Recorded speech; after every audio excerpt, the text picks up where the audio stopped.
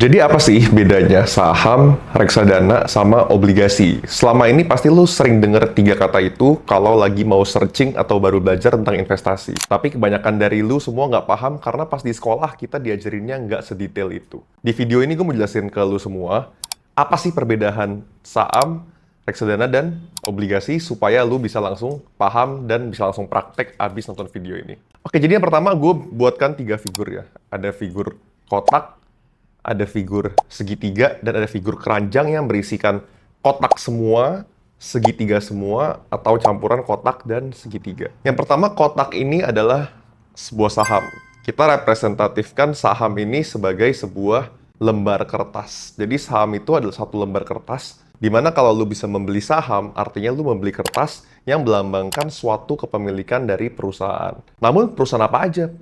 Warung itu bisa nggak? Atau toko-toko gitu bisa nggak? Ya nggak bisa. Jadi saham yang bisa lo beli itu perusahaan yang ada tulisan TBK di belakangnya atau terbuka.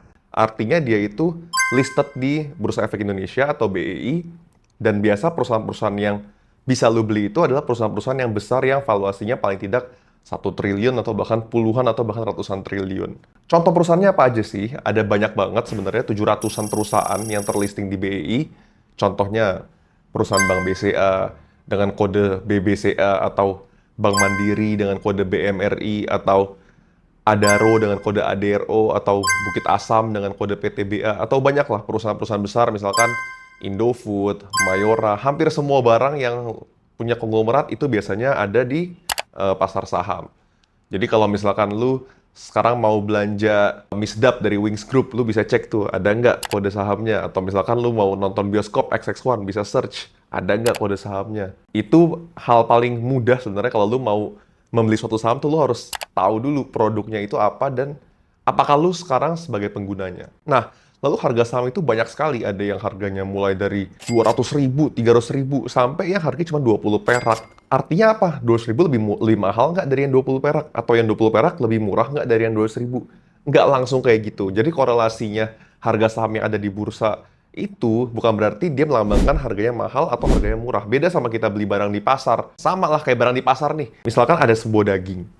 Ada yang harganya 100.000, ada yang harganya 50.000.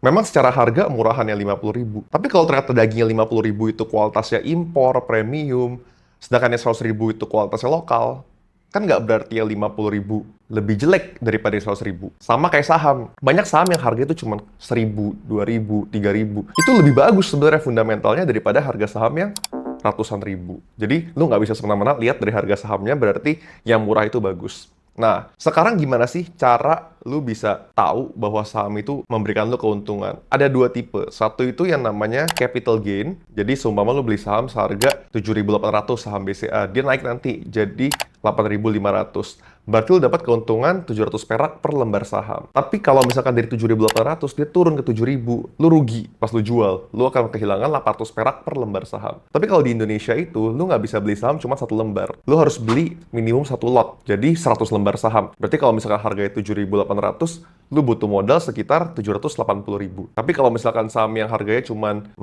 perak, misalkan Goto, lu butuh 6.000 aja buat beli satu lot saham tersebut untuk jadi sebagian owners dari perusahaan tersebut. Nah, yang kedua gimana sih cara lu bisa dapat keuntungan? Yaitu dari sistem dividen. Jadi kalau perusahaan-perusahaan besar, misalkan perbankan, atau misalkan batu bara, atau misalkan pabrik-pabrik makanan yang besar, mereka tuh rutin biasanya membagikan dividen setiap tahun dari keuntungan. Nah, kalau misalkan lu punya saham BCA, satu lot 780.000, dia setiap tahun membagikan dividen misalkan 4%, lu akan dapat berarti sekitar 30.000-an per lot saham yang lu punya. Oke, sekarang lanjut, saham sudah beres, sekarang lanjut ke obligasi. Kalau obligasi itu apa sih? Obligasi itu lu memberikan hutang. Memberikan hutangnya ke siapa? Kebanyakan sih ke negara, tapi bisa juga ke korporasi. Korporasi misalkan ke Pertamina, PLN, Indah Kiat, dan perusahaan-perusahaan besar lainnya yang menerbitkan obligasi ke masyarakat. Nah, kalau dari gue saranin, tetap kita lebih yakin ke yang pemerintah punya. Jadi obligasi-obligasi negara, surat berharga negara, SBN, biasanya tuh nggak ada history gagal bayar. Kalau misalkan yang korporasi, ada kemungkinan kecil masih kalau perusahaannya pilot dan sebagainya, dia bisa gagal bayar pada kita. Fungsinya untuk apa sih mereka menerbitkan obligasi? Kalau untuk pemerintah, ya fungsinya untuk membangun negara, bisa untuk membangun infrastruktur, jembatan, dan lain-lain. Kalau untuk perusahaan, pastinya untuk mengembangkan perusahaan mereka. Misalkan mereka untuk mengekspansi perusahaan, membuat pabrik baru, dan sebagainya. Kalau obligasi untungnya itu gimana? Obligasi itu untungnya dengan yang namanya kupon. Jadi misalkan lu beli suatu obligasi, dia memberikan return 6% per tahun. Jadi misalkan lu taruh 10 juta. Nah, nanti udah fix tuh. Misalkan dikunci obligasi tersebut jatuh temponya 3 tahun. Berarti 10 juta lu terkunci selama 3 tahun ke depan, tapi lu akan rutin dibagikan kupon tiap bulan secara rutin. Berarti kalau 6% itu, lu kan dapat 600.000 setahun. Jangan lupa ada potongan pajak lagi dari bunga itu 10% dari bunganya. Jadi lu dapat bersihnya itu sekitar 540.000, tinggal dibagi 12 bulan. Kadang ada yang dibaginya per bulan, ada yang dibaginya per 3 bulan, ada yang per 6 bulan, bahkan ada yang setahun sekali. Jadi tergantung syarat dan ketentuan setiap obligasi karena berbeda-beda. Kalau obligasi ini cocok sebetulnya untuk lu yang masih kerja, usia mungkin 35 atau 40, income masih banyak, tapi lu udah mau mulai membangun dana pensiun supaya nanti lu pas tua nggak pusing lagi. Dan ini kan cenderung aman ya, jadi lu nggak ada waktu untuk analisa kayak saham, lu taruh aja di obligasi untuk menyiapkan uang untuk lu di kemudian hari. Nah, berikutnya ada yang terakhir namanya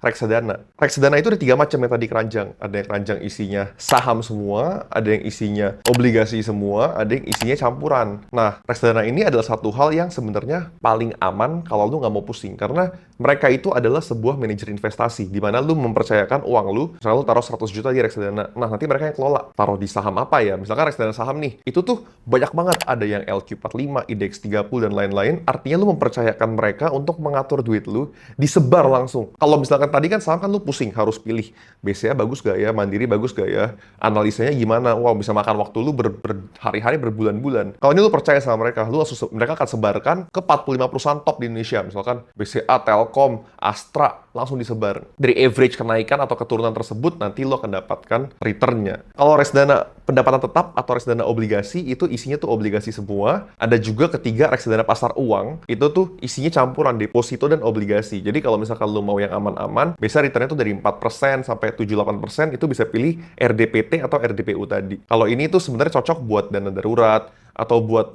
lu ada kebutuhan jangka pendek, misalkan dalam waktu 1 tahun, lu mau beli HP baru atau motor baru, masukin di RDPU, oke. Jadi, lu taruh 10 juta, lumayan kan dapat 500.000 gratis. Yang terakhir itu, yang paling tricky, reksadana campuran. Kalau ini tuh sekarang sebenarnya lagi paling ngetren ya, karena dia tuh bercampur, isinya tuh ada sahamnya, ada obligasinya juga. Jadi, pintar-pintar manajer investasinya tuh memutar-mutarin duitnya. Sebagian di obligasi, sebagian ke saham. Apalagi kondisi sekarang kan ekonomi lagi kacau kan. Tiba-tiba saham bisa turun, obligasi suku bunga juga naik turun. Jadinya banyak faktor. Kalau manajer investasinya jago, mereka bisa pindahkan uang lu secara maksimal. Misalkan saham mau turun nih, mereka jual dulu tuh sahamnya, pindahin ke obligasi. Pas sahamnya turun, mereka serok kembali. Jadi returnnya bisa maksimal. Bahkan gue lihat di aplikasi Bibit kemarin ada yang returnnya sampai 50%-an per tahun. Itu kan bener-bener luar biasa. Tapi memang kalau misalkan lu mau paling aman, pilih RDPU atau RDPT, itu juga cukup aman.